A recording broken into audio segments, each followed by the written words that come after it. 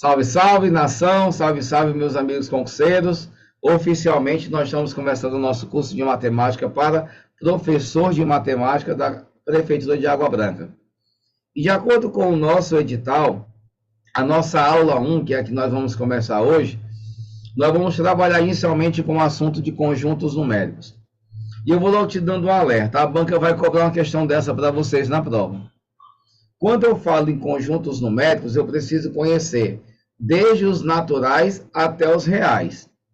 E aqui dentro, claro, as operações matemáticas, somas com frações, expressões numéricas, relações de inclusão, dízimas periódicas, que está incluso dentro desse conteúdo. Fazendo o pente fino, a gente encontrou questões de expressões numéricas, questões de dízimas, tá? E também pode aparecer para vocês questões teóricas. Então, eu vou passar para vocês todas as informações necessárias. Fica ligado e vamos começar a nossa aula. Começando pelo esquemazinho que eu deixei para vocês, é bem bonitinho, né?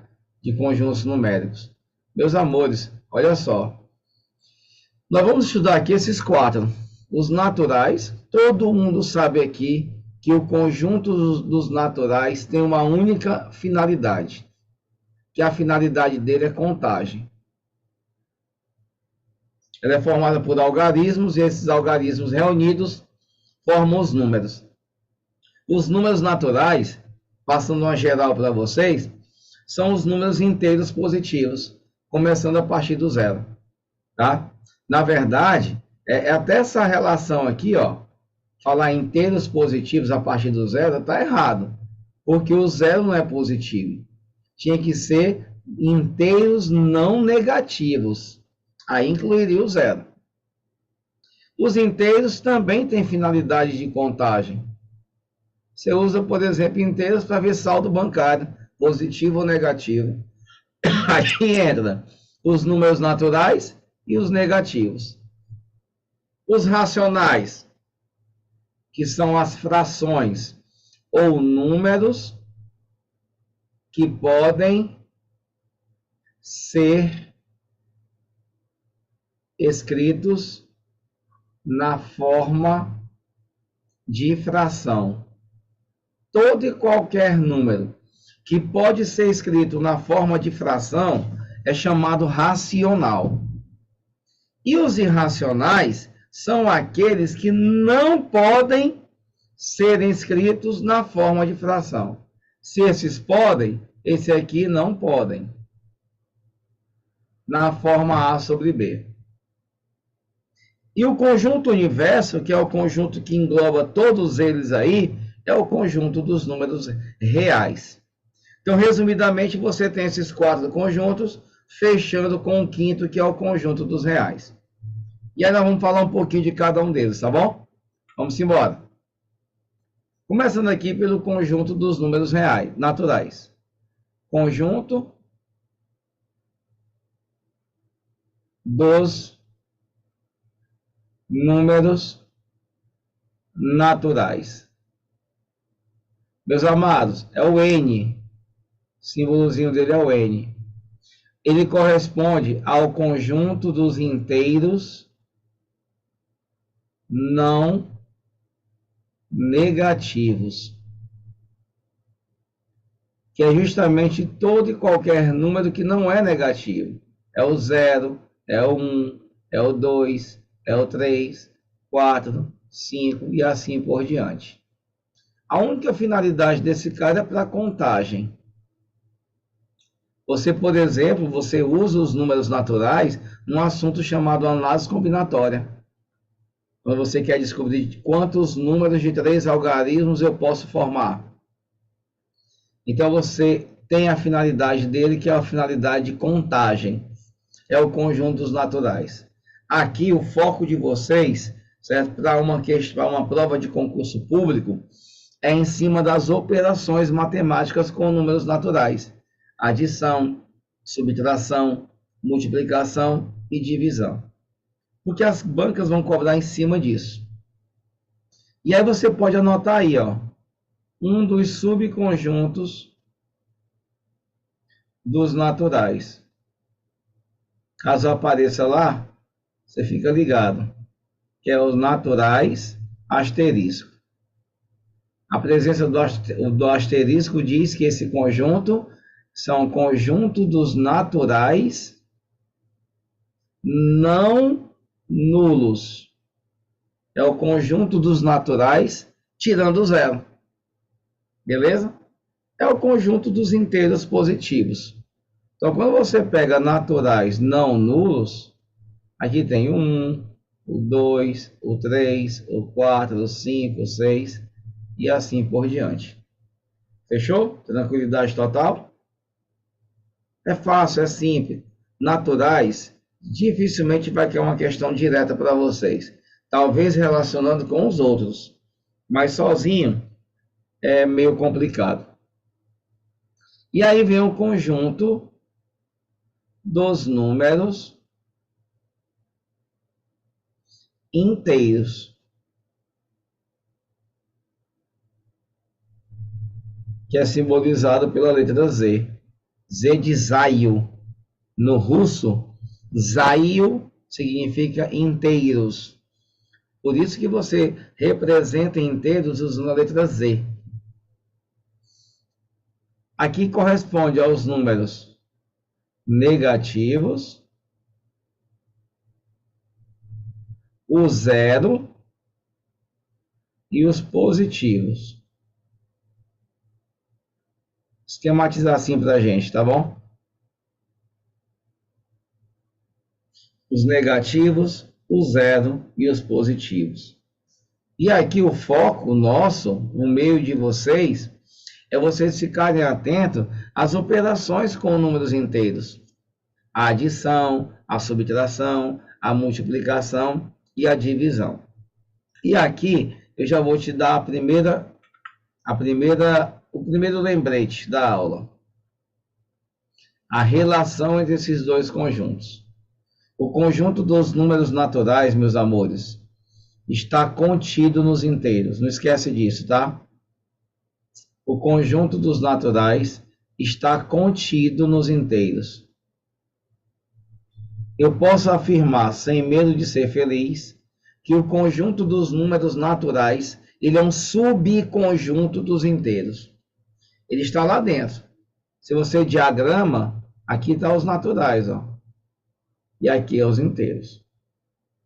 Todo número natural é um número inteiro. Mas nem todo inteiro é um natural. Olha a relação de ida, tá? Todo N é Z, mas nem todo Z é N. Se o N está contido nos inteiros, é porque os inteiros contêm o N.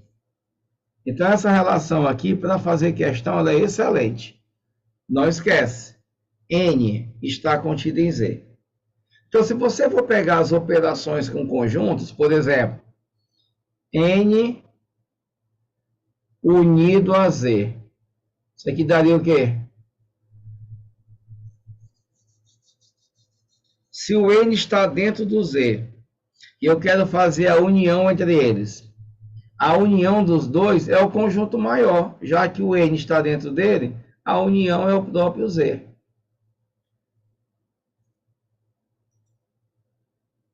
E se você faz o contrário, N, e coloca no lugar da união uma intersecção,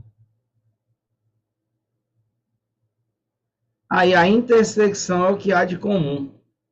E aí, no caso, a intersecção entre os dois é o N.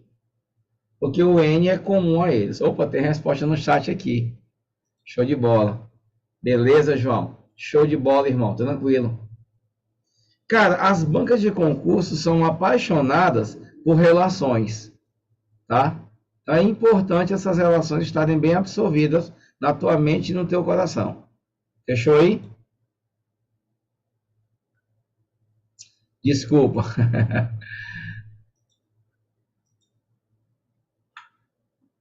E aí nós vamos vir com um conjunto que eu acho, na minha opinião, vai estar na tua prova, né? Que é o conjunto dos racionais. Esse aqui eu acredito que pode aparecer para nós alguma coisinha sobre ele. O conjunto dos racionais, como eu tinha dito no início da aula, é todo e qualquer número que pode ser representado na forma A para B, com B diferente de zero. Trocando por miúdos, todo e qualquer número que pode ser escrito na forma de fração. Ele é chamado de racional, simbolizado pelo Qzão aqui, tá? Que vem de quociente, que é o resultado de uma divisão. Aqui, meus amados, a gente pode até enumerar quem são os racionais. Todos os números naturais, todos os inteiros. Eu poderia só colocar inteiros, porque naturais já está dentro dele, né? Todas as frações, os números decimais. Que mais aqui? Vão me ajudando aí. Os decimais. Todas as raízes exatas. Qualquer número que tenha raiz exata é racional. E as famosas dízimas periódicas, que são as queridinhas das bancas, inclusive da Legatos. Toda dízima periódica é racional, porque toda dízima periódica pode ser escrita na forma de fração. Por exemplo, se eu pego 1/3, que é uma fração, que significa 1 dividido por 3. Se você fizer essa conta no teu celular, na calculadora dele, ou até no braço aqui mesmo, você vai encontrar isso aqui como resposta. 0, 3, 3, 3, 3, reticência. A dízima periódica, meus amados, ela nada mais é do que um número racional que é formado por uma parte decimal periódica e infinita. Na parte decimal tem um número que se repete infinitamente e ele é periódico. Ele vai acontecer infinitas vezes. E aí toda vez que você vê uma dízima dessa, tu lembra que ela é um número racional e que é possível eu transformar essa danada numa fração. A fração que origina a dízima é chamada de fração geratriz, de gerar. Quando você pega 1 e divide por 3, você encontra esse rapaz bem aí. O que é que eu preciso levar para uma prova de concurso da Banca Legatos? Simplesmente a conversão. A banca pode te dar lá uma dízima e pedir para você converter numa fração. Geralmente, as bancas fazem isso. Não é só Legatos, não. A NUCEP aqui faz isso também. Então, gente, as dízimas periódicas podem ser convertidas em frações. Só que nós temos dois tipos de dízimas. As chamadas dízimas periódicas simples e as dízimas periódicas compostas. Fechou comigo? A dízima periódica simples, o formato dela, a estrutura dela é mais ou menos essa aqui, ó. Deixa eu mudar aqui a fonte. Ela tem uma parte inteira seguida de uma parte periódica.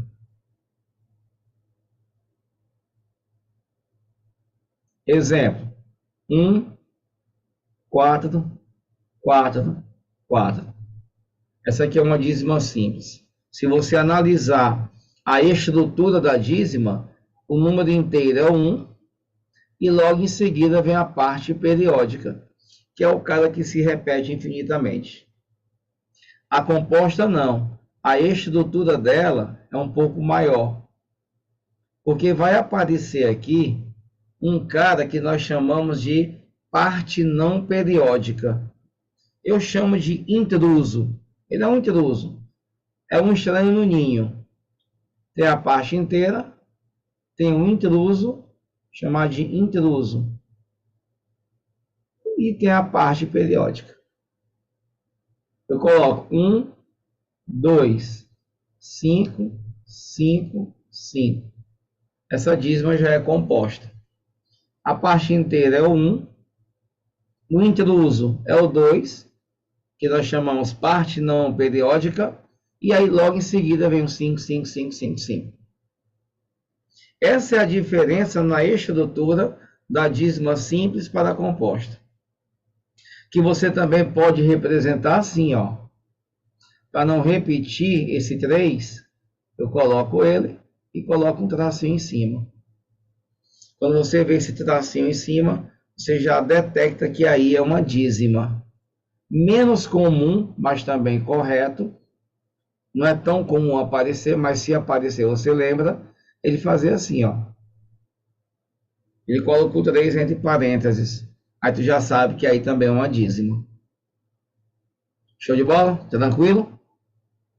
Mas o que é que me interessa para legatos? O que é que interessa eu levar para minha prova, Fernando? É a conversão. Conversão.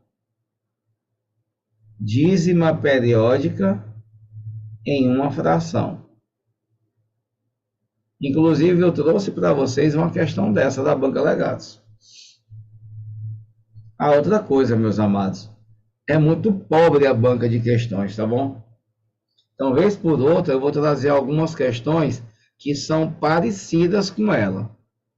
Olha o seguinte, a banca é muito pobre de questões, mas a gente vai tentar trazer sempre para vocês questões alternativas com o mesmo formato da banca. Nada além do que a banca possa cobrar, tá bom? Então vamos embora. Como é que eu faço para converter essa dízima numa fração? Primeiro, eu quero que vocês fiquem atentos às dízimas simples, tá?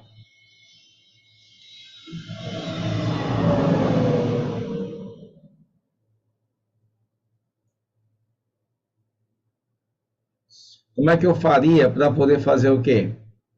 Converter essa dízima numa fração. Vamos lá, vamos facilitar, vamos fazer um negócio ligeiro. Quando você olha para cá, a primeira coisa que você identifica é o período. É o número que está se repetindo. O meu período aqui é o 4. Tá vendo aqui? E a minha parte inteira é o 1. Quando você for montar essa fração, se ela for uma dízima simples, olha a ideia. O denominador da fração, gente, o denominador da fração sempre será formado pelo algarismo 9.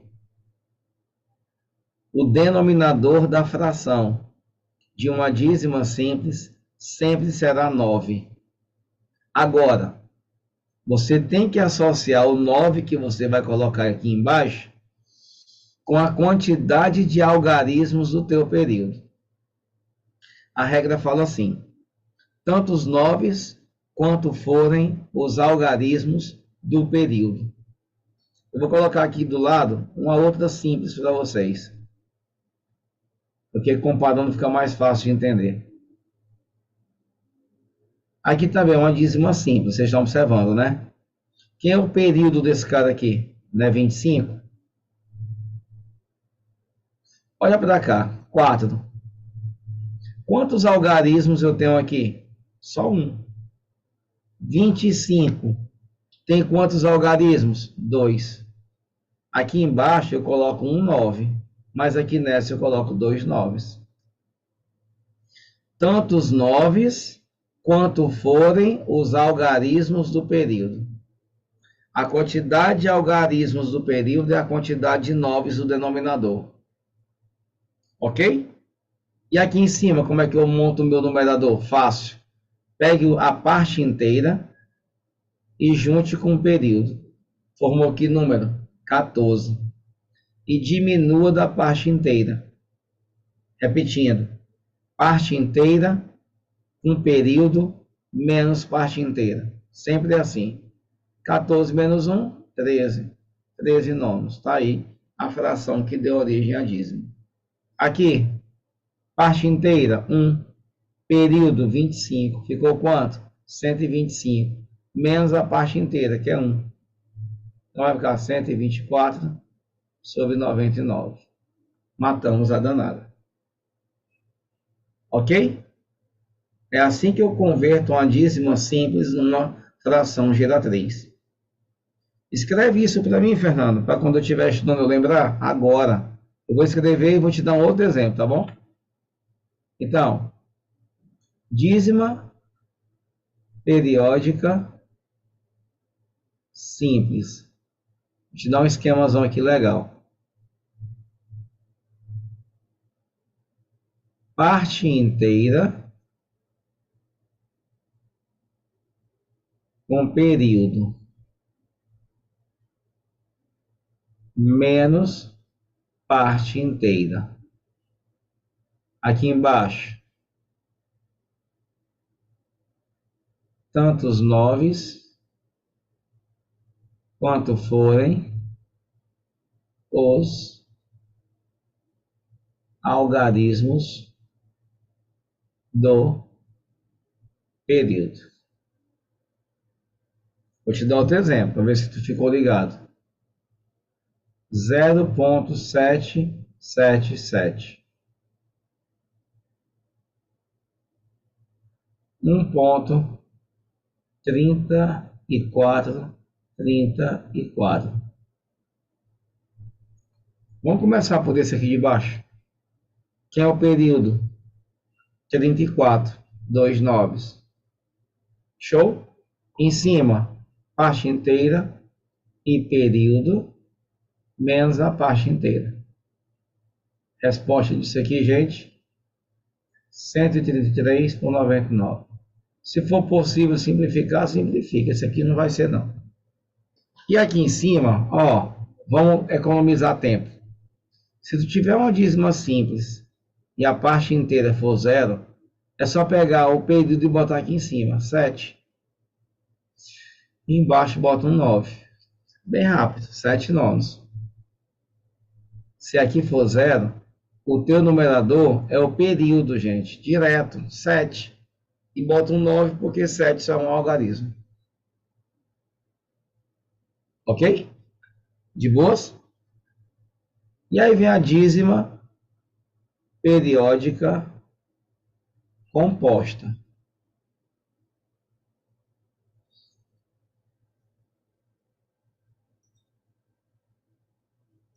Olha a composta, vamos lá.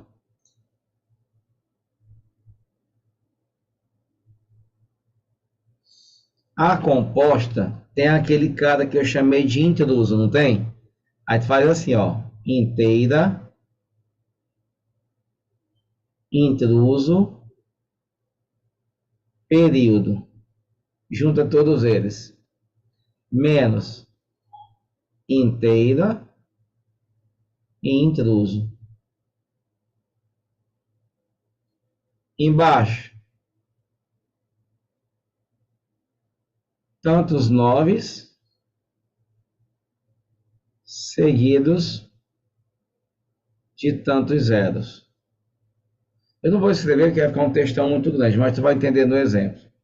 A regra fala assim: tantos noves quanto forem os algarismos do período, seguidos de tantos zeros quanto forem os algarismos da parte não periódica.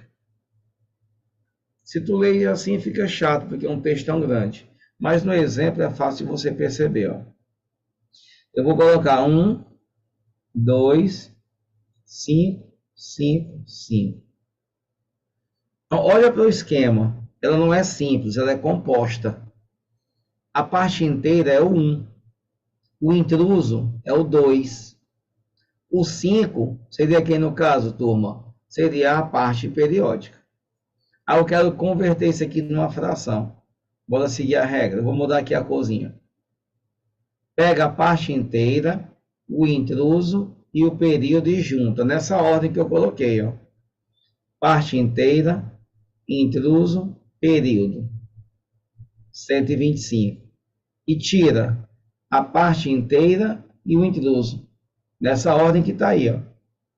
Parte inteira com intruso dá 12. Quem é o meu período, né? 5. É só um algarismo. Bota um 9. Quem é o meu intruso? É o 2. É só um algarismo. Bota um 0. 9 para o período. Zeros para o intruso. 125 menos 12, 113 por 90. Essa é a fração geratriz, que originou aquela dízima. Bora fazer outro exemplo. 2, 15, 7, 7, 7. Me ajuda. Junta aqui em cima, como é que ficaria, turma? Vai.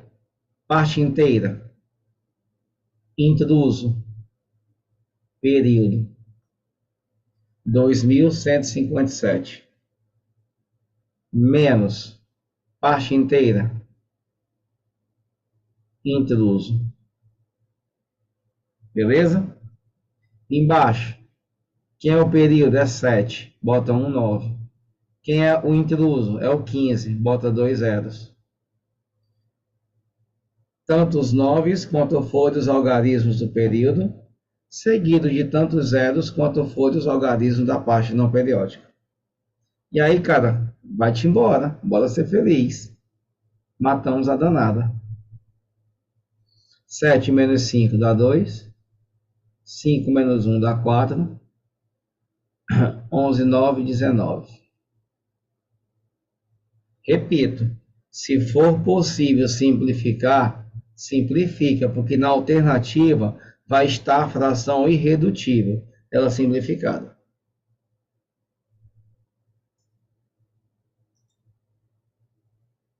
Pronto. 971. Isso, vamos me ajudando aí, gente. 971 por 450. Dividida por 2. Tranquilidade total, gente. Beleza? Tranquilo? Relembrado isso? A gente, quando está na sala de aula, né? Nós, quando estamos na sala de aula, geralmente a gente aprendeu assim, e às vezes dentro do ensino fundamental a gente ensina naquele formato do X, né? Vocês lembram, né? A gente aprendeu assim, os livros ensinam assim, que é o 077. Aí chama isso aqui de X, né? Lembra disso? Multiplica por 10, não é assim? Aí fica 10x. Desloca 7, 7, 7, 7, né? E depois subtrai. Essa parte aqui vai, fica 9x igual a 7, x igual a 7 nonos. Isso aqui é a parte didática, né? O que você precisa aprender, ensinar para o teu aluno, né? Essa aqui é concurso público, a gente tem que ganhar tempo. A gente tem que sair ganhando tempo. Aí eu trouxe para vocês, eu vou dar um salto aqui de qualidade para vocês, de uma questão da banca Legatos, tá? Tá aqui. Tá aqui, essa questão aqui é da banca Legatos, essa aqui é uma das. Fácil. Chegou aí, a gente mata danada. O número, isso aqui é da Legatos, é prova de matemática, professor de matemática. 1, 4, 7, 4, 7, 4, 7. Tu percebe aqui que é uma dízima composta, porque tem o 47, que é o nosso período, e tem o nosso intruso bem aqui, ó. E a parte inteira é justamente quem, pessoal? O zero. Então vamos embora. Bora converter esse negócio aí. 47 são 2 9 embaixo. O 1 é apenas um zero.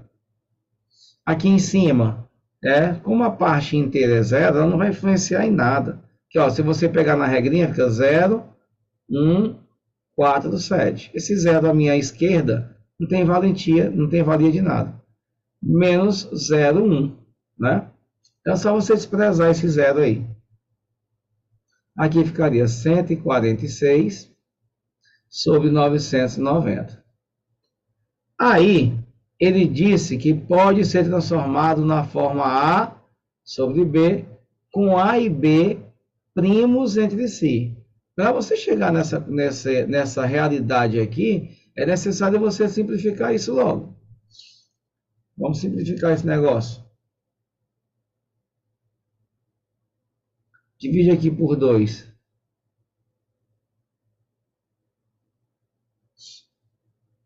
Vai ficar quanto aqui? 7,73. E aqui? 4, 8. 19,9. 495. Aqui eu cheguei numa fração o quê, pessoal? Irredutível, não é isso? E esses caras entre si são primos. Eles são primos entre si porque o MDC entre eles vale 1. É só uma informação que não é relevante, certo? Porque eu preciso chegar na fração irredutível para poder exterminar a questão. Ele quer justamente o quê? B menos A. O B, pelo formato, é o denominador, o A é o numerador. Então vai subtrair um do outro. 495 menos 73. Tá 422. Fecha o gabarito comigo, letra A.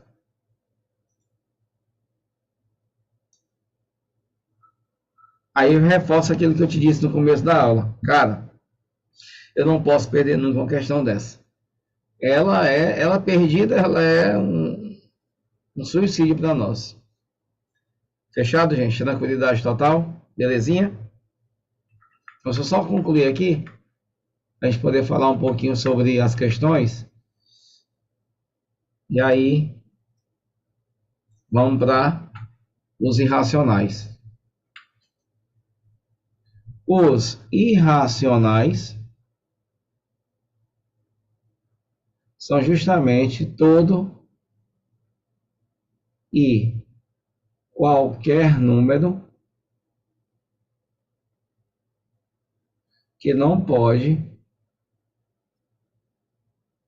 ser escrito na forma A sobre B. Trocando em miúdos, o cara não pode ser escrito na forma de quê? De fração. Se eu for enumerar aqui os irracionais, nós temos todas as raízes não exatas. Elas são o quê? Números irracionais. Vamos mudar um pouquinho a fonte. Fica tudo vermelhão. O nosso coleguinha π, que é usado lá na geometria. Nós temos também o número de Euler, que é o E, né, que também é um número irracional. Usado muito lá nos logaritmos euperianos, né?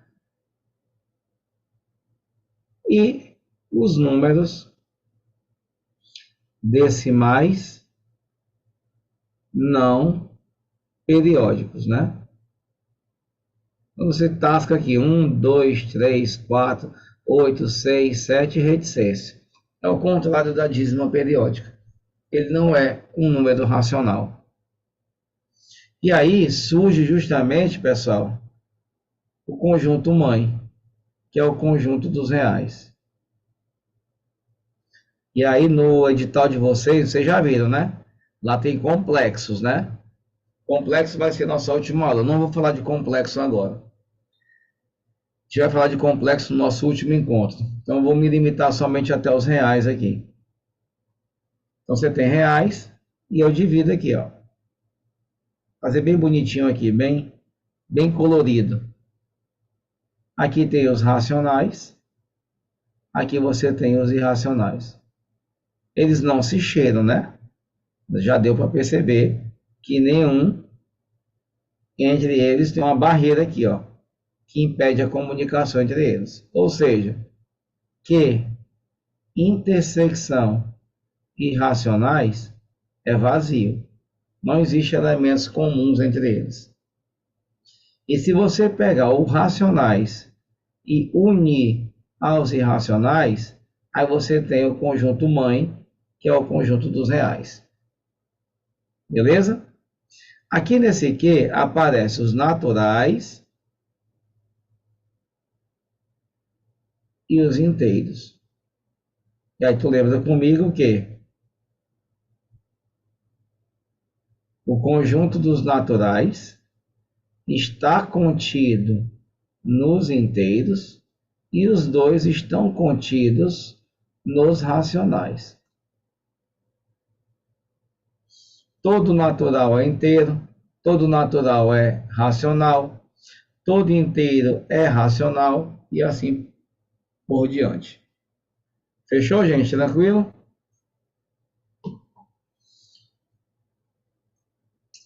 Aqui está o π, aqui está o e, aqui estão as raízes inexatas, aqui estão os números decimais infinitos não periódicos.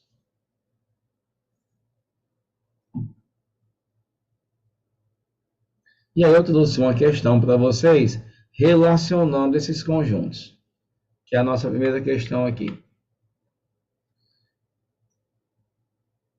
Vocês já devem ter pego no material, postei ontem à noite, acho que vocês devem ter pego hoje. E aí, como é que vai fazer essa questão aí? Se alguém já tiver feito, me dá a resposta, senão vamos raciocinar juntos. Deixa eu mudar aqui um pouquinho a nossa fonte. Diz assim, considere os conjuntos dos reais. Ele botou esse R barra Q. Essa barra aqui, gente, em conjuntos, significa diferença.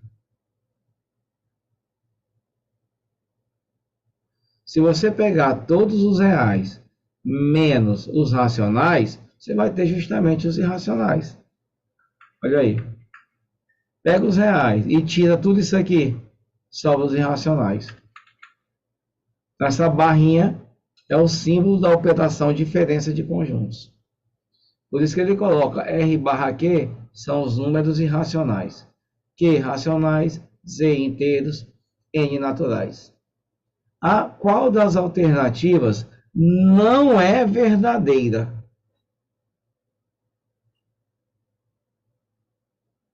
Qualquer um desses conjuntos aqui, meus amores, qualquer um desses conjuntos aqui está dentro dos reais. Os reais é o conjunto mãe. Os racionais, naturais, inteiros e irracionais estão contidos nos reais. Então, se eu pegar os reais, por exemplo, e unir eles aos racionais, a resposta é reais. Se eu pegar os reais e unir aos irracionais, vai dar reais. Se eu pegar reais e unir aos naturais, vai dar reais. Porque o conjunto dos reais engloba esses caras todos que são parte dele. Então, se você prestar atenção, ó, na letra A ele botou reais unido a esse conjunto bem aqui. Nem me interessa saber quem diabo é esse conjunto aí, não. Aqui é R menos E. Mas é porque eu estou pegando um conjunto e unindo aos reais. A resposta vai dar reais. Sem medo de ser feliz. Isso é uma sentença verdadeira. A letra A não é o nosso gabarito. Aqui eu tenho N unido a Z. Se você fizer o N unido ao Z, você vai encontrar quem, pessoal? N unido a Z. Nós fizemos isso aqui bem no começo da aula. É Z, não é isso? Que o N está dentro do Z. Então, esse cara aqui é Z. Z, e aqui o outro ele botou assim, Q unido a R barra Q. Ele colocou para nós que esse R barra Q está aqui, ó. São os irracionais. Se você pegar o Q e unir aos irracionais, dá quem, turma? Dá os reais. Eu coloquei aqui para vocês, né? Ó. Q unido aí são os reais. Então, vamos lá. Esse cara aqui é o Z. unido a este outro lado, que são os reais. Opa, acabamos de falar que qualquer conjunto numérico unido aos reais dá quem, pessoal? Os reais. Então, isso aqui é verdade. Já não é o nosso gabarito, que eu quero que não é verdade.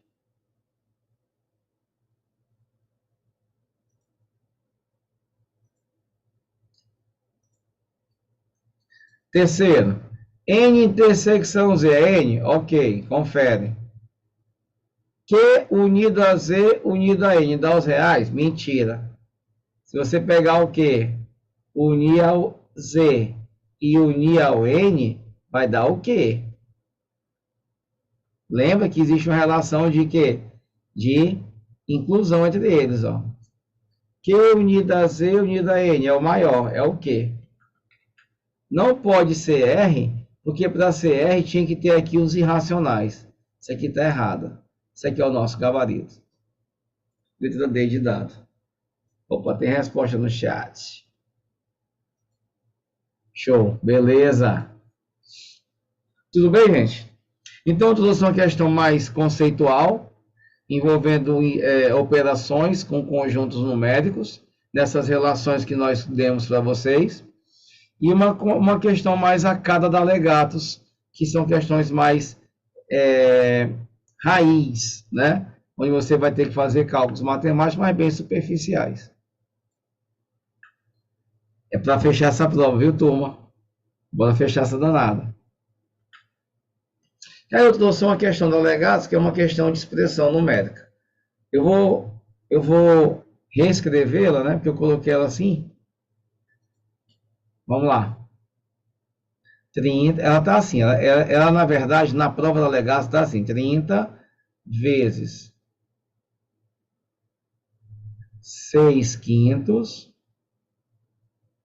elevado a menos 1, menos 0,4, vezes 1,2, menos 2 elevado a menos 1, dividido por 5, menos 3,7. Essa barrinha aqui é da divisão, da fraçãozinha. Fecha parênteses, tá vendo? Vai ter menos a raiz de 20. Ele faz uma expressão numérica e coloca nela números naturais, inteiros, potências com expoente negativo, números irracionais, só que ele não quer o valor real da expressão. Ele pergunta assim, entre quais números inteiros está o valor da expressão? Até porque 20 é um número irracional. Então, você vai ter que ter uma noção aproximada de quanto vale isso. Então, vamos embora? Bora descer o braço? 30 vezes toda potência com expoente negativo. O que é que eu faço com a base? Inverte, não é isso? Faz a inversão.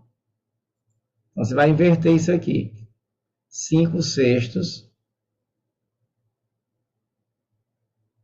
Aí, quando você faz a inversão, lá fica positivo. Só que todo número elevado a 1 dá ele mesmo, né? 0,4 é 4/10. Eu opto em deixar uma fração para poder encontrar o resultado dessa diferença aqui.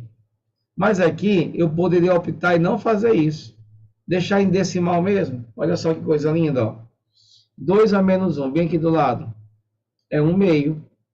Inverte e muda o sinal lá em cima, que dá 1/2. E 1/2 você sabe que é 0,5. É a fração mais conhecida do mundo da matemática. Então fica 1,2 menos 0,5. Aqui fica R$5, tirando 3,70, dá 1,3. Menos, vê se tu concorda comigo. 20 é 4 vezes 5. Show de bola? 30 vezes MMC aqui dá 30. Olha que coisa linda. Ele botou isso aqui de propósito, para poder cortar depois. 30 por 6, 5 vezes 5. 30 por 10, 3 vezes 4. 1,20 tirando 50 centavos. 70 centavos. Dividido por 1,3. Menos. Raiz de 4. 2 raiz de 5. Posso mandar embora? Aqui fica quanto? 13. Olha que coisa linda. Tudo pensadozinho, né? Vezes 0,7 por 1,3 menos 2. Três coisas que qualquer professor de matemática deve saber. A raiz aproximada desses caras aqui, né? 1,4, 1,7, 2,2. Aproximadamente é isso. Isso é aproximação só com uma casa decimal. Aqui é 1,41, 1,73, 1,22. 2,22. Vem comigo, 2,2 aproximado. Aqui, ó. Divide por 1,3. Dá 10. 10 vezes 0,7 dá 7. Aqui dá 4,4. Isso aqui vai dar 2,6, né? Aproximadamente. É. Qual o gabarito, gente? 2,6. Está entre 2 e 3. Letra C. Tem resposta aí no chat já. Vamos embora, bora ser feliz. Show de bola.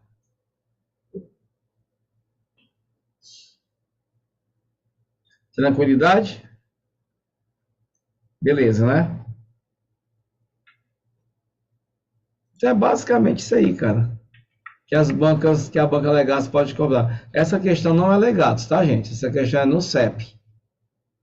Eu achei interessante que está aqui no meu banco de questões, porque ela é uma questão que envolve a teoria de conjuntos. E aí, tem muita questão da banca Legados parecida com a no CEP. Muita. Né? A primeira vez que eu estudei, que eu trabalhei com Legados foi em 2018. E depois de 2019. Aí eu fiquei logo abismado como ela parece com a no CEP em alguns tipos de cobrança. Apesar de ser uma banca mais superficial. Mas lá no curso de raciocínio lógico, para superior que eu estou dando, eu até trouxe uma questão da Legados e uma da NUCEP na mesma lista. Aí os alunos perguntaram, professor, essa questão é de onde? O Legados. Aí a outra, de onde é? A Legados, na outra da NUCEP. Do mesmo jeito, gente, até o texto é o mesmo.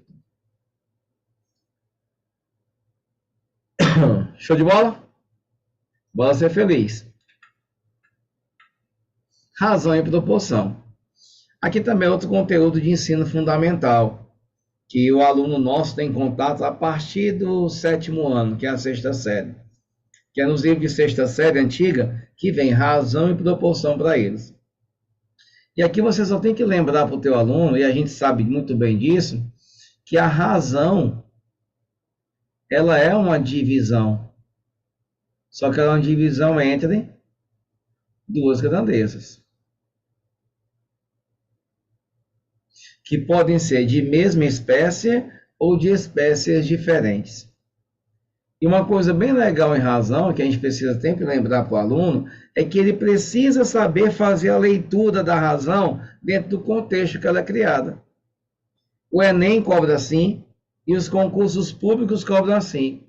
E nós, como professores, temos que ensinar o nosso aluno a fazer isso. Ei, cara, tu tem que entender que a razão tem uma leitura dentro do contexto. Então, se você diz, por exemplo, que num auditório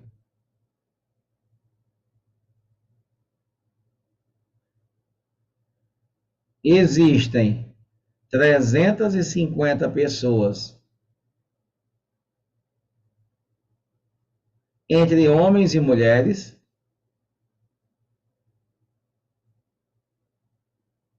e que a razão entre homens e mulheres nesta ordem é 20:15. Aí você manda o aluno parar, você para e você lê isso. Se você tem homens e mulheres e diz que a razão é 20:15, é só você entender que para cada 35 pessoas, existem 20 homens e 15 mulheres. E aí, quando você está estudando lá no comecinho da 6ª série, que você vai fazer essa divisão, Você manda o aluno usar aquele K, que é a constante de proporcionalidade, né? Homem é 20, mulher é 15, é a parte da razão. Então, vezes K. Porque o teu objetivo é fazer o quê? Encontrar a constante. E aqui tem 35 vezes K, que vai ser igual à totalidade, que são 350 pessoas. O K vai ser 10. Esse aqui é o fator multiplicativo, que 20 vezes 10 dá 200, 15 vezes 10 dá 150. Esses são os primeiros contatos de problemas de razão e proporção e muito comum em concursos públicos. Só que ele contextualiza isso, cara. Ele fala o quê? Ele fala assim, regra de sociedade, divisão em partes proporcionais ou divisão em partes inversamente proporcionais. Aí eu quero chamar a atenção para vocês para esse tipo de conteúdo, porque com certeza pode ser que apareça na tua prova. Então você vai fazer uma divisão em partes proporcionais ou inversamente proporcionais, use o K como referência, ou então use macetes, use bizus, que dá para você chegar nas respostas bem mais rápido. Olha só, eu digo assim para ti, uma herança de 340 mil. Eu não vou nem botar herança não, vou mudar essa história, que é tão, a gente sempre fala disso, herança, né? Vamos colocar aqui uma historinha nova, uma outra situação. O dono de um restaurante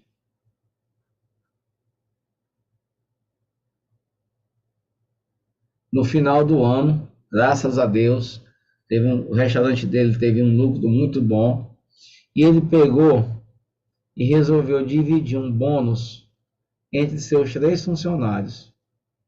Um bônus de 34 mil reais. Ele tinha 3 funcionários no restaurante. A Dalva, a Ceissa e a Cristina. Aí chamou as 3 e falou assim, meninas, eu vou dividir 34 mil reais agora em dezembro para vocês. Só que eu não vou dividir esse dinheiro em partes iguais.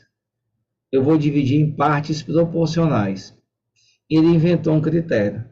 O critério da divisão desse dinheiro era dividir em partes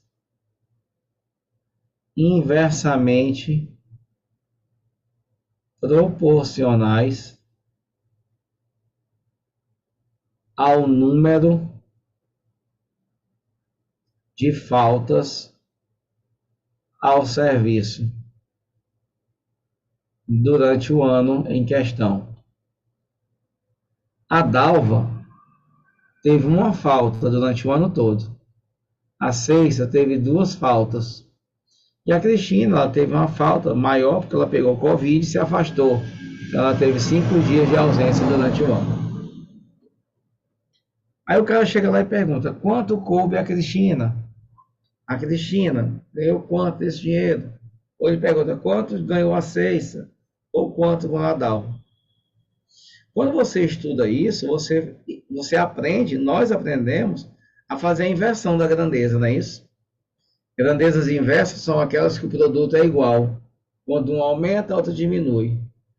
A Dalva teve a menor quantidade de faltas. Ela vai ganhar mais desse dinheiro. A Cristina está no outro extremo. Ela faltou mais. Então ela ganha menos dinheiro. Mas aqui, ó, nós temos que ganhar tempo. Bora para o macete. Regra do tapa. Faz a regrinha do tapa. A regrinha do tapa fala assim, tapou, multiplica o que sobrou. Tapou, multiplica o que sobrou. Pega a tua mão, tu anotou no teu caderno? Pega a tua mão, bota a tua mão em cima do 1. Tapou. Quando você bota a sua mão em cima do 1, você vai multiplicar o que sobrou.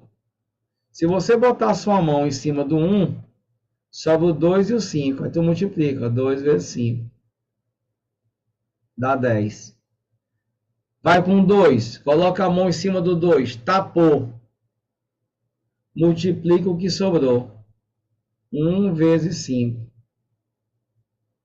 E vai no 5, coloca a tua mão em cima do 5, tapou. Multiplica o que sobrou. Pronto. Agora você não usa mais o 1, o 2 e o 5 como critérios, e sim 10, 5 e 2. E a partir daqui, tu divide esse cara em partes diretamente proporcionais. Só somar 10 mais 5 mais 2, que dá 17.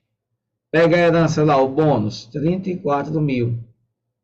E divide por 17. Esse aqui é o nosso K. 34 por 17 dá 2 mil. Quanto a Dalva ganhou? A Dalva não é 10? 10 vezes 2 mil dá 20 mil. A Ceissa, 5 vezes 2 mil, ganhou 10 mil.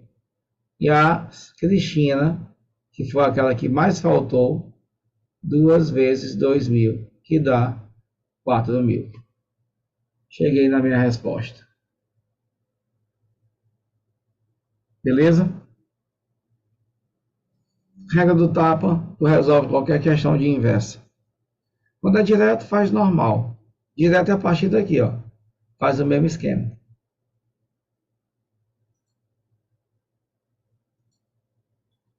E aí, tu foge das frações. Que se mexer com isso aqui, tu vai ter que fazer fração. E tem outras técnicas também. Aqui é só uma das, tá? Mas aí eu cheguei na parte inversa que fica mais rapidinho fazer por aí. Tudo bem? E claro, eu não podia deixar de falar para vocês sobre quem, pessoal? Sobre as razões especiais. Aquela que a gente vê tranquilamente, certo? E pode ser que seja cobrado. São as escalas. Quem mais? A velocidade média. Me diz outra aí. O consumo médio. A densidade demográfica.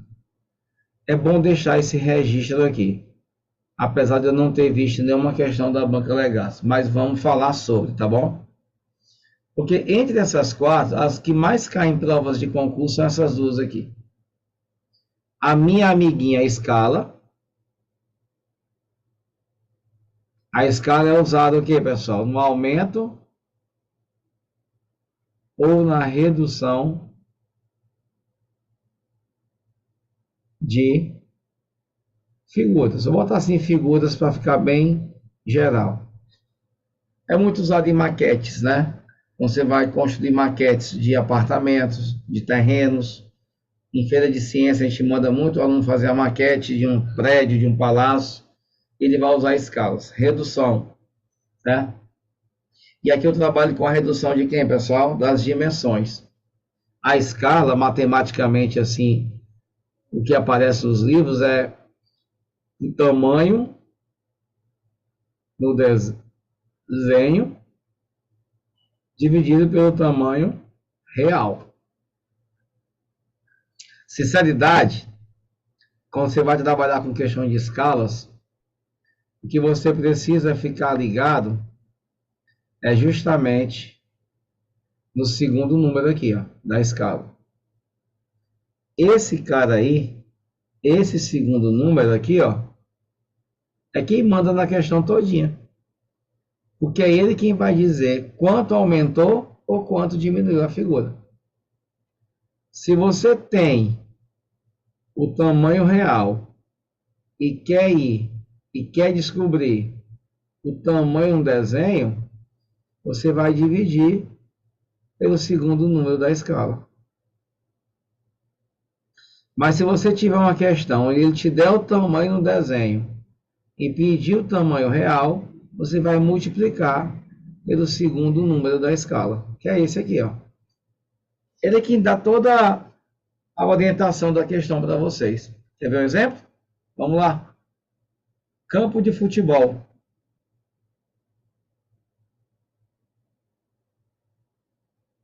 Eu tenho um campo de futebol aí, gente. Esse meu campo de futebol, ele tem dimensões reais de 120 metros e 90 metros. Aqui são as dimensões reais dele.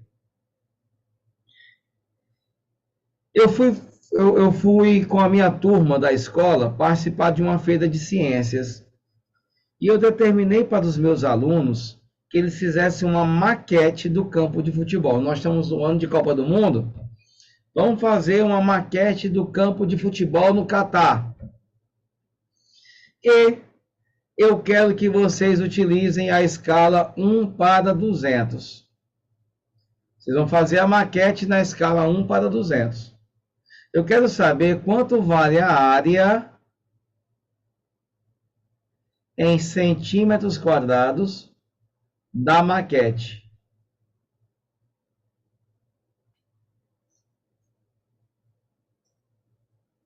Então, cara, é simples, ó. Primeira coisa, a área tem que estar em centímetros quadrados. As dimensões reais estão em metros. Faz a conversão logo. 120 metros vezes 100 dá 12.000 centímetros. 90 metros vezes 100 dá 9.000 centímetros. Está aí a conversão feita para centímetros. E aí você já está ciente disso, ó. Porque o segundo número da minha escala é 200.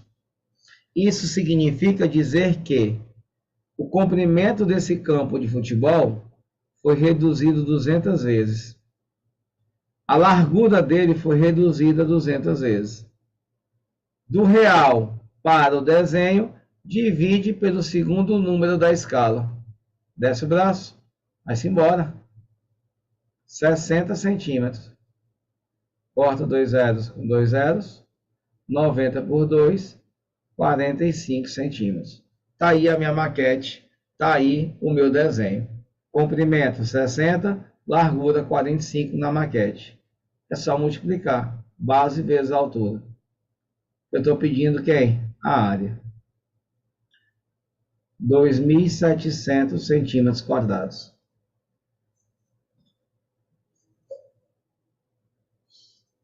Show? Tranquilo?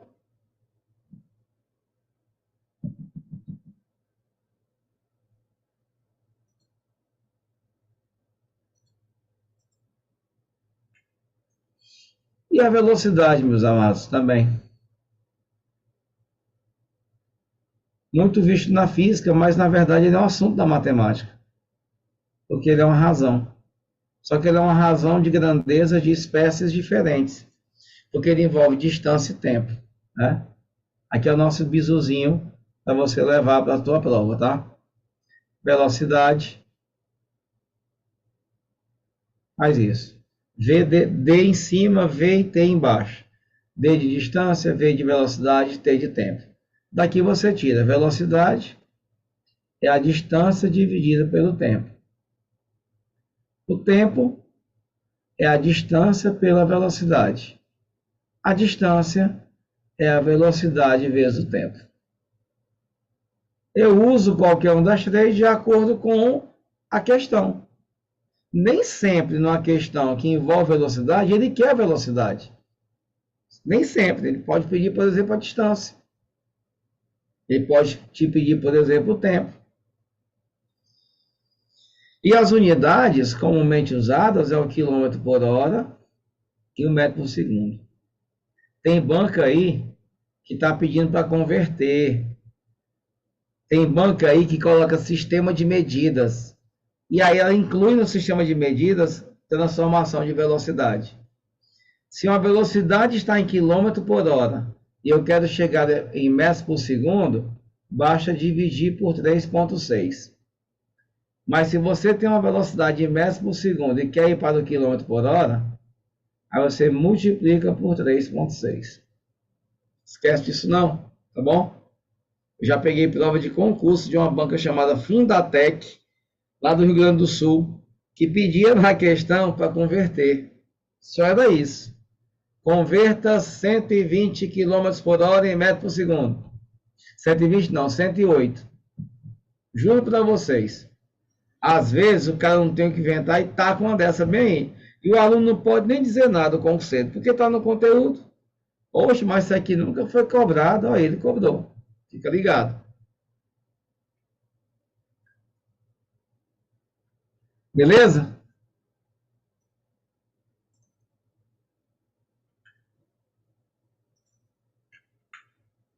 Questão 1. Olha como é que é a questão da banca legados. As questões da banca legados são nesse texto, bem nesse contexto aí, nessa realidade. Questões altamente interpretativas e que você pode usar as alternativas para fazer.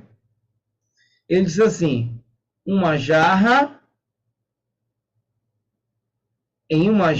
há 10 litros de uma mistura de água com concentrado de limão. Só que ele deixou bem claro que são em quantidades o quê, pessoal? Iguais. Então, olha só. Eu tenho água mais um concentrado de limão. Essa mistura que ele disse para nós totaliza 10 litros. Só que são em quantidades iguais. Então, eu vou trabalhar com o quê? Com a capacidade. Então, aqui vai ser 5, aqui vai ser 5 litros. Para você obter um sabor de 4 quintos de água e 1 quinto de concentrado de limão, quantos litros devem ser acrescentados aos 10 litros da mistura? Não leia a fração, leia a razão. Porque ele quer que fique assim, ó. 4 partes de água para uma parte de quê, pessoal? De concentrado. Você olha aqui, ó. 4 para 1. Ele quer 4 partes de água para uma parte de quê? De concentrado. E por que esse 5, Fernandão? Porque é 4 para 5. Aliás, 4 para 1. É como se você pegasse assim. Em 5 partes dessa mistura, 4 partes serão de água, uma parte será de concentrado de limão. É um refresco, não é isso? Tem mais água do que concentrado. Para eu sair daqui e chegar nessa relação, o que é que eu preciso fazer? Preste atenção que vai ficar mais água do que concentrado. Se vai ficar mais água do que concentrado, eu tenho que acrescentar que é mais água. Então a letra A está fora e a letra C está fora. Se você acrescentar 10 litros de água, eu não já tenho 5? Não tenho 5 aqui já?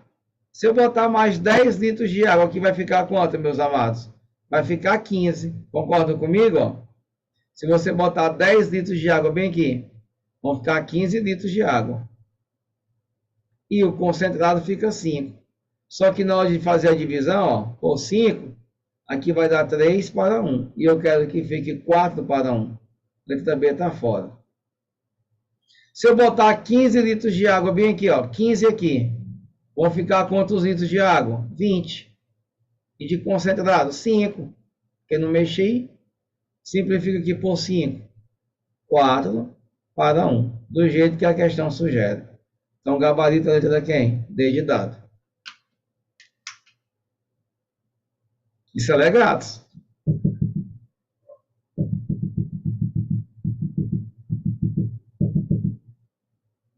Beleza?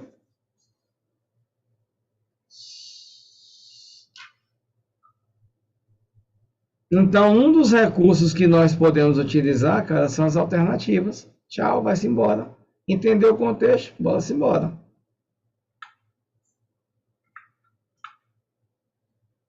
Regra de 3. Outro conteúdo também que todo mundo aqui conhece. Simples. Composta. O que esperar disso aqui? Ó, uma curiosidade para vocês. Eu estava ontem à noite elaborando o material de vocês E eu estava com as provas, aí eu sempre gosto de estudar, de ver o que é que foi cair, assim, fazer tipo uma tabelazinha de assuntos que são cobrados. E das 5 provas que eu estava com ela aqui, que eu estou tirando material, vou receber mais, regra de 3 estava em todas as provas. E a regra de 3 composta. Porque esse assunto aqui também vai cair em Água Branca, nos cargos de nível médio. Eu estava com as provas de nível médio, fui analisar. Nível médio é meio a meio, ela coloca simples e composta. Mas a de vocês só encontrei composta. Bem, toda vez que você estiver trabalhando com regra de 3, o maior objetivo de vocês é o quê? É encontrar alguma grandeza desconhecida.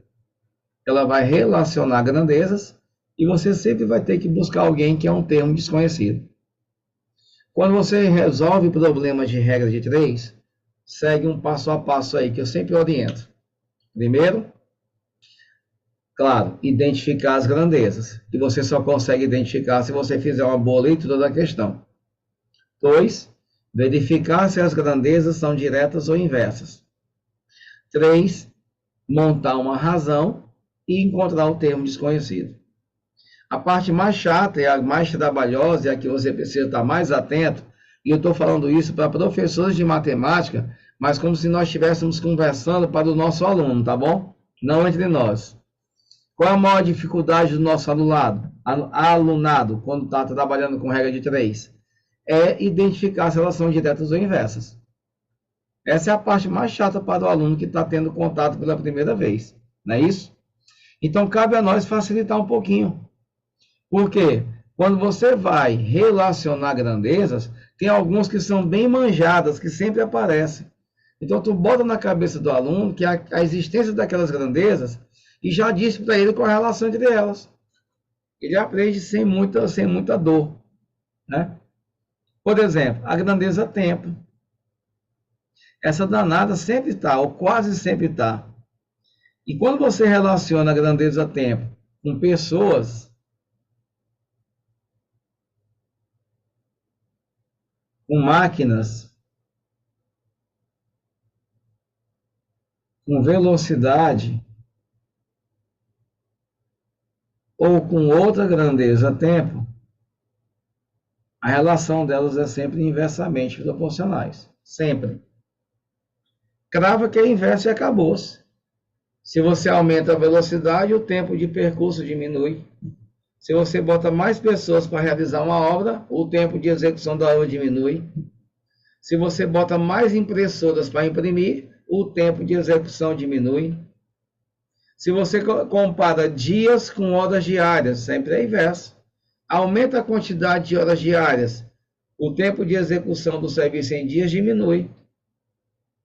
Então, isso aí é manjado em prova de concurso, tá? Já sabe que é inverso. Por exemplo, eu venho aqui com um exemplo para vocês de uma composta. Vamos imaginar assim, o prefeito de Água Branca contratou uma construtora para, num prazo de 45 dias, construírem, vou botar assim, construírem a maior quantidade de casas possíveis. Ele assina um contrato lá com a construtora X, para que em 45 dias eles façam a maior quantidade de casas populares aí para as populações de baixa renda de Água Branca. A construtora contratou inicialmente 48 pessoas. E essas 48 pessoas em 15 dias, trabalhando 6 horas diárias, conseguiram produzir 15 casas. 15 não, 18, perdão.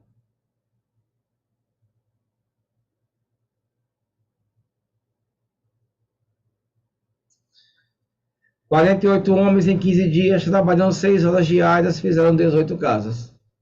A construtora pegou, depois desses 15 dias, e contratou mais 12 operários. Mais 12 operários, que se juntaram aos que estavam lá.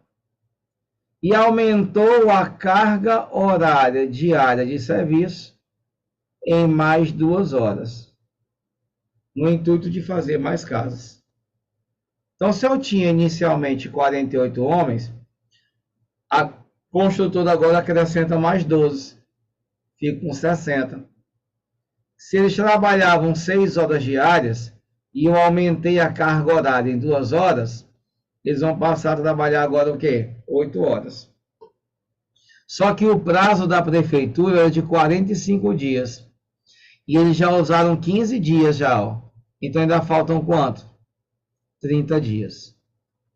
Eu quero saber de vocês qual é a quantidade máxima de casas que serão construídas no prazo estipulado. Aqui eu vou chamar de quê? De X. E aí tu está diante de um probleminha de regra de 3 composta. Quando você identifica as grandezas, o próximo passo depois disso é identificar se elas são diretas ou se elas são inversas. Para isso, o que é que você faz? Marca aqui aquela grandeza que você está procurando. Aqui tem um termo desconhecido. E aí você relaciona cada uma das outras 3 com casos.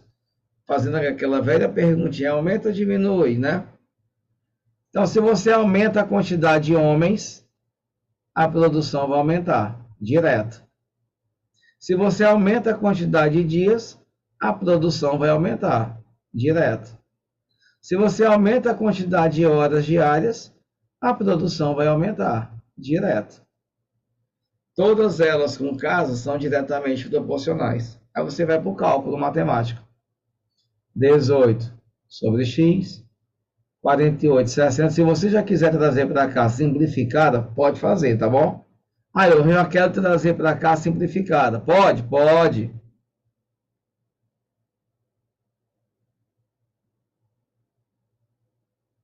Ó, 48 por 8 dá quanto? Aliás, 48 dividido por 6 dá 8.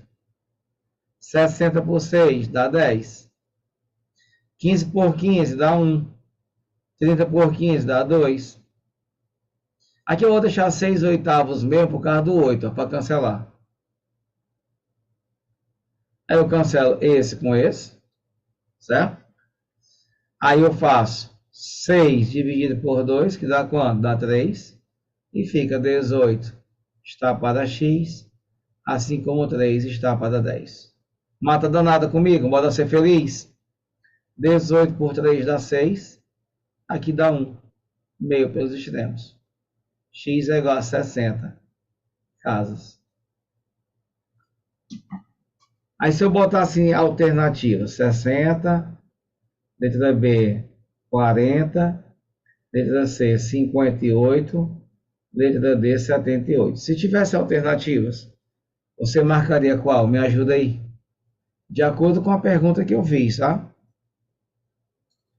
Qual a quantidade máxima de casas construídas no prazo estipulado? Aí você jamais na vida marcaria 60, né? Você marcaria muito bem. O pessoal tá ligado, show de bola. 78, show de bola, turma. Já tô amando vocês, viu? É para me chamar para nomeação aí em Água Branca. Ou em Teresina, né? 78. O cara bota 60 na letra A. O desavisado marca 60, porque não deu a pergunta. 78. Só que aí, bebês, preste atenção, meus amores. Quando você pega 48 operários, 15 dias, 6, 18. 60 operários, 30 dias, 8 e x.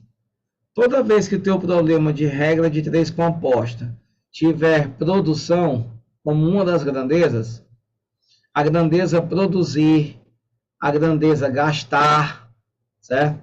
A grandeza consumir. Se tiver essa grandeza, posiciona ela aqui no fim, ó. Como eu fiz aqui no meu esquema, tá vendo?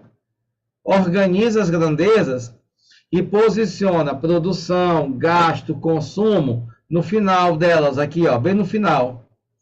E se aparecer a grandeza produção, não precisa analisar se elas são diretas ou inversas. Pula essa etapa. Qual o macetezinho? Qual o bizu? Para tu ir direto na questão e resolver. É você colocar as grandezas, colocar a produção aqui, ó, e fazer essa brincadeirinha bem aqui, ó.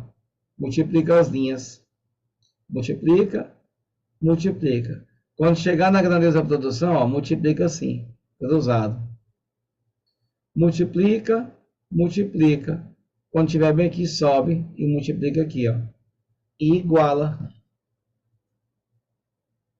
48 vezes 15 vezes 6 vezes x é 60 vezes 30 vezes 8.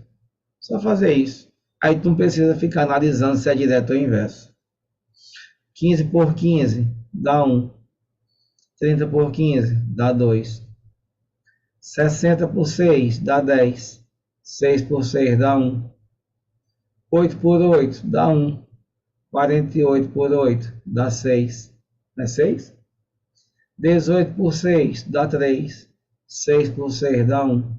Ó, ficou 1, 1, 1. Ficou só o x, ó. X é igual 10 vezes 2, 20. 20 vezes 3, 60. Multiplica, desce, multiplica, sobe, iguala e vai-te embora. E aí esse negócio de analisar se é direto ou inverso é coisa do passado. Mas eu preciso ter a grandeza, produção aqui. Gasto, consumo. Ok? Se não tiver, faz normal.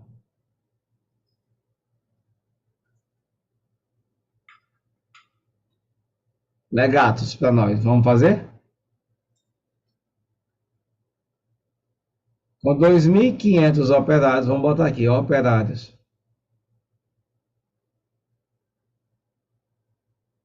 Trabalhando 8 horas diárias.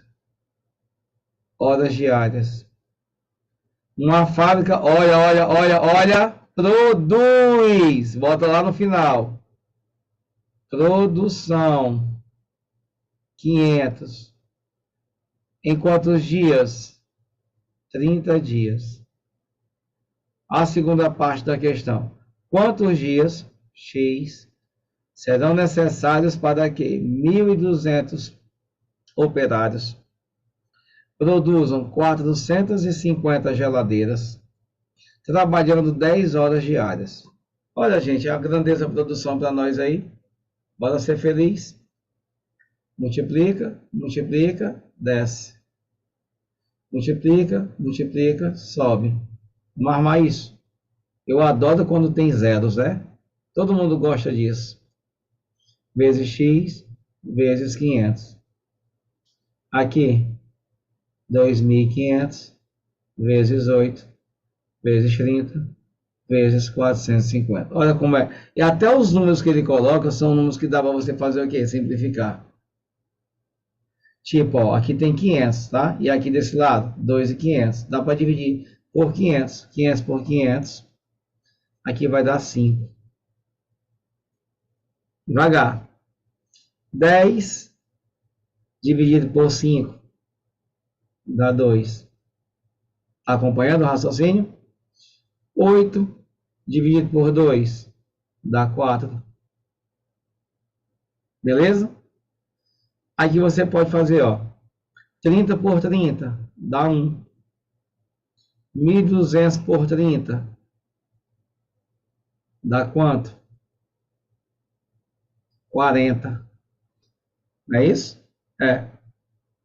Quem mais? 4 por 4 dá 1. 40 por 4 dá 10. Corta esse zero aqui com esse zero aqui. Ficou quem desse lado, pessoal? X. Ficou quem desse lado? 45. Então, o cara vai demorar 45 dias, letra A.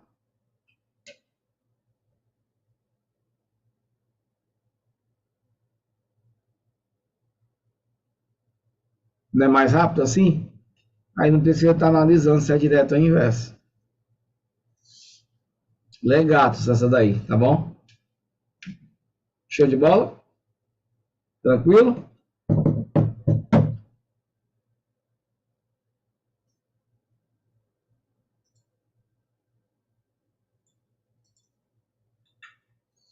Oito lâmpadas iguais acesas durante 4 horas diárias. Horas diárias. Consomem em 30 dias ao tempo. Consomem, 48 kWh.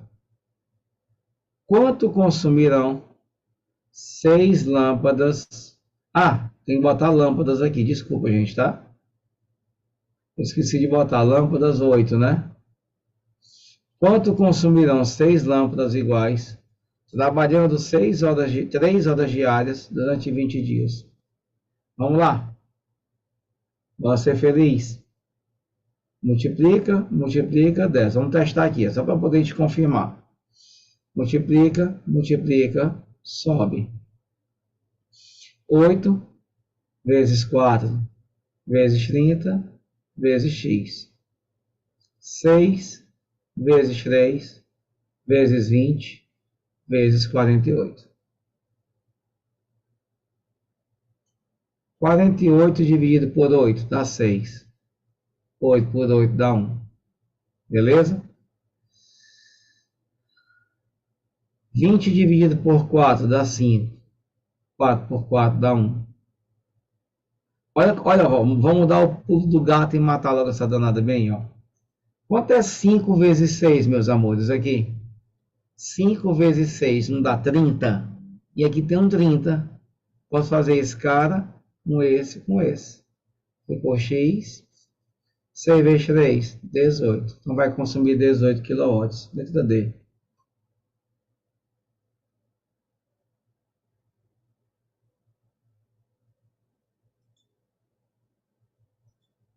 Isso aí é Legatos, tá bom? Olha a categoria de questões que a Legatos coloca. O cara aqui, existe 2 tipos de concurseiros. O que vai fazer a prova, que acha que vai passar e vou levar só com o que eu sei. E aquele que realmente está conhecendo a banca. A função do concurseiro, gente, é conhecer a banca que ele vai fazer a prova. Não adianta o cara, eu sou formado em matemática, então vou estudar que aqui dá. Dá, claro. O cara que tem uma boa noção, show de bola. Mas aí, você que é professor, tem que estudar conhecimentos pedagógicos. Você que é professor, tem que estudar português. Você que é professor, tem que estudar a tal da informática que a banca está cobrando. Então, se você não tiver orientação de como a banca vai cobrar para ti, você fica perdido. Você estuda muita coisa desnecessária.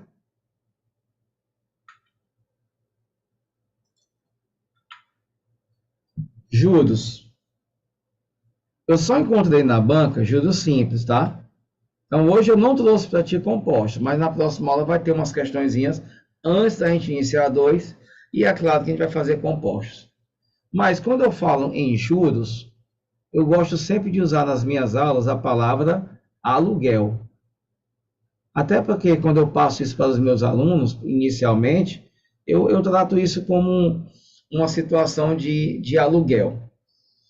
Eu explico para os meus alunos assim: se você não tem uma casa e vai se casar e quer alugar uma casa, você chega lá e aluga uma casa no bairro Jockey, aqui em Teresina. E aí o aluguel da casa é R$ 1.500. A casa é sua? No papel? Não. Você está usando uma coisa que não é sua. Mas para usar aquilo, o dono vai te cobrar alguma coisa. Para você fazer o usufruto da casa, ele te cobra o que nós chamamos de aluguel. A mesma coisa acontece no sistema financeiro. Passei no concurso público de Água Branca. Eu vou receber meu dinheiro lá no Banco do Brasil. E eu quero fazer um empréstimo consignado para poder reformar minha casa, para poder comprar um carro para mim, coisa desse tipo. Você chega no Banco do Brasil de Água Branca, o cara te empresta 100 mil reais. Só que aqueles 100 mil reais não são teus. Tu tem que devolver este dinheiro para o banco. Só que ele te dá um prazo para tu devolver. Só que neste prazo, ele vai te cobrando mensalmente o que, pessoal? O aluguel.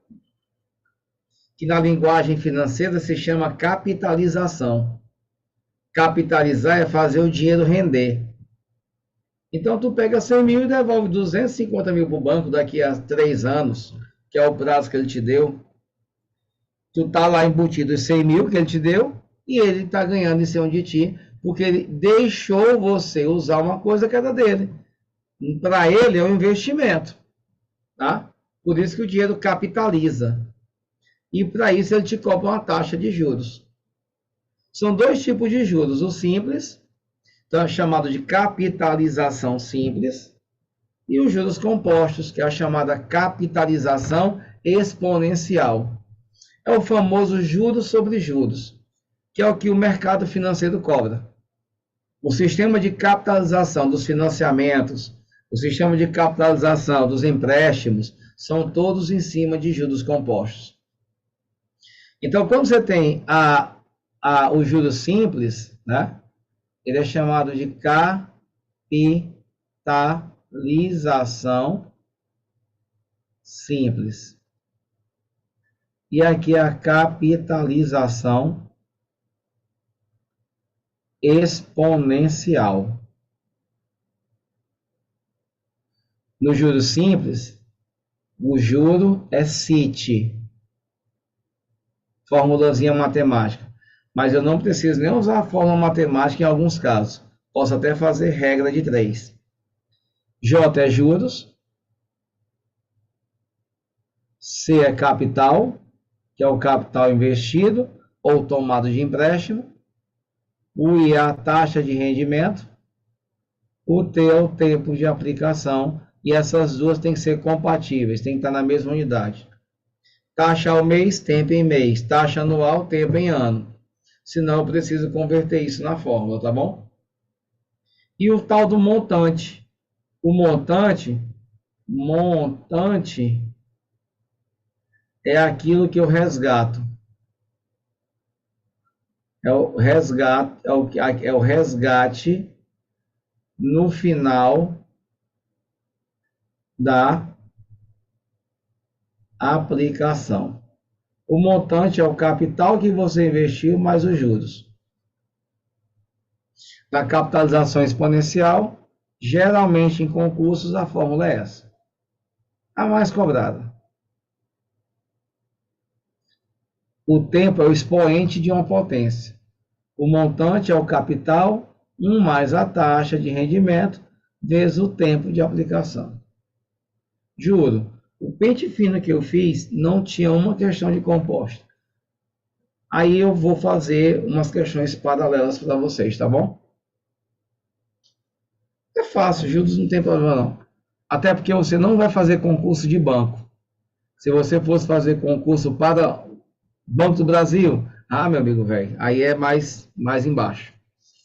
Aí você tem que lembrar de taxas efetivas, taxas nominais, taxas reais, financiamentos e sistemas de financiamento, que em concursos de banco, o chamado PRICE, ou sistema financeiro de financiamento, também chamado francês, né? E tem o SAC, né? Sistema de amortização, que é quando você vai financiar uma casa na Caixa e você começa a pagar parcelas decrescentes, né? Ou então você vai no PRICE, um empréstimo consignado, que as parcelas são fixas. Aí é concurso para banco, não vai cair para vocês, só vai cair o básico, que é o sistema de juros simples e compostos. Olha aí, banca legal, para você ver a qualidade das questões para o professor de matemática, tá? E aí, salve, salve. Aleluia, graças a Deus. Maria aplicou seu salário de R$ 660. Isso aqui é o capital. Em um fundo de investimento que opera no sistema de juros simples.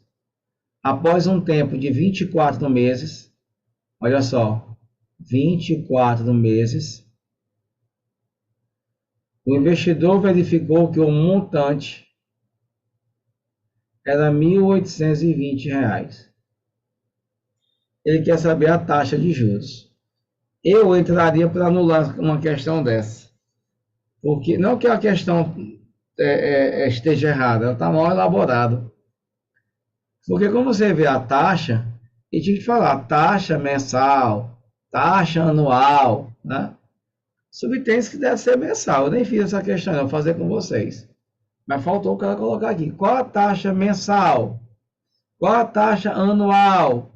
Porque se eu colocasse taxa anual, aqui tinha que transformar em anos.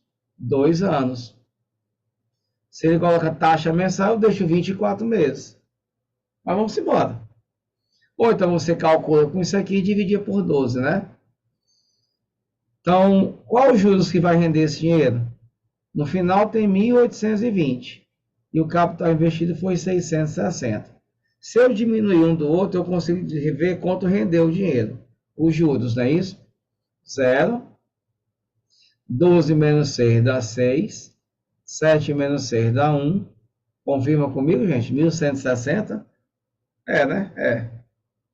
Se eu tiver errado aí, vocês me digam. 1.160 é os juros. Então vamos embora. Juros é 1.160. Capital 660. Não sei a taxa, mas eu sei que o tempo é 24.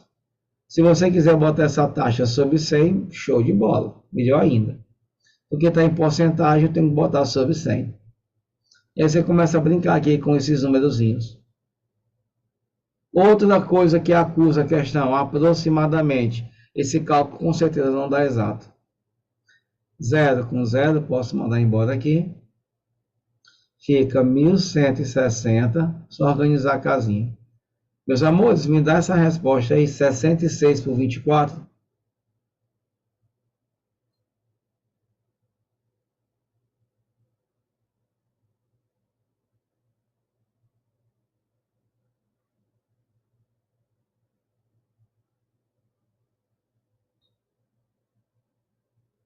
É isso mesmo? Show. Valeu, turma. 1.584 vezes I sobre 10. Um 10 aqui, né? 1.584 vezes I é igual a 11.600. I é 11.600 por 1.500. Aqui é só trabalhar com aproximação, né, gente? Em vez de dividir, eu olho. 2 não é. 5 também não, né? Está entre 7 e 9. 12 muito menos. Está entre 7 e 9. 9 também não vai dar, porque 9 vezes 5 é 45, né? Aqui vai dar quase 13 mil. 7%. Só por aproximação dá para ver aqui, ó. 7 vezes 5 é 35, vai dar quase 11 mil. Letra C. Olha aí, 7,3. Pronto. Então aqui tinha que botar taxa. Se ele botasse taxa anual, aí esse valor 7,3, que é o valor aproximado, né? Tinha que multiplicar por 12. Aí você achava a taxa anual. Legal? Beleza?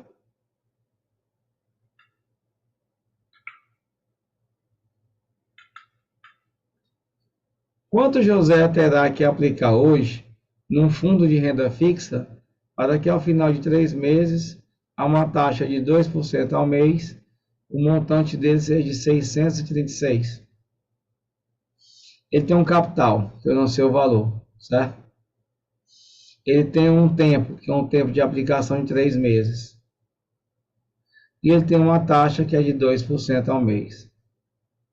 Quanto ele deve aplicar para poder, ao final desses 3 meses, ele ter um rendimento, um montante, né, no caso, de R$ 636. Pessoal, olha só, as alternativas me dizem muito. Porque se o montante é 636, com certeza o capital é menor que ele. Vocês concordam comigo?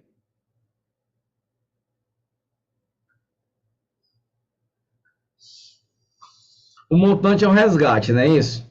Se ele está resgatando 636, é porque com certeza ele deve ter aplicado um dinheiro menor que 636. Subtende que é assim. Como é que ele vai aplicar mais, né? E no final, como ele está tendo um rendimento, ele vai recolher menos. Então, por aí, qual a resposta? Teste as alternativas. Só vai ter um aí, né? Na verdade. Letra A, 600. Nem fizemos cálculo. Show de bola? Nem cálculo eu fiz com vocês. Eu descarto essa aqui tudo, ó. Letra A, a resposta. Mas vou testar. 2%. Quanto é 2% aqui? R$ 12. Em 3 meses, 36. Confirmadíssimo.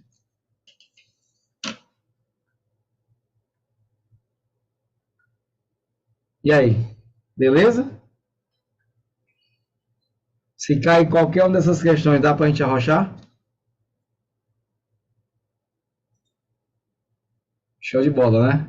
Bacana demais. Eu vou deixar uma para vocês fazerem. Eu não vou fazer essa última, não. Essa aí é de vocês. Próxima aula a gente vai pegar porcentagem. Eu vou fazer mais umas questões disso aí de outras bancas para poder a gente dar uma inchada a mais. E já vamos para a aula 2. Gostaram? Deu para poder resumir aí direitinho? Pois é, aqui eu vou só dar uma pausa aqui, tá? Espera aí, não sai agora não.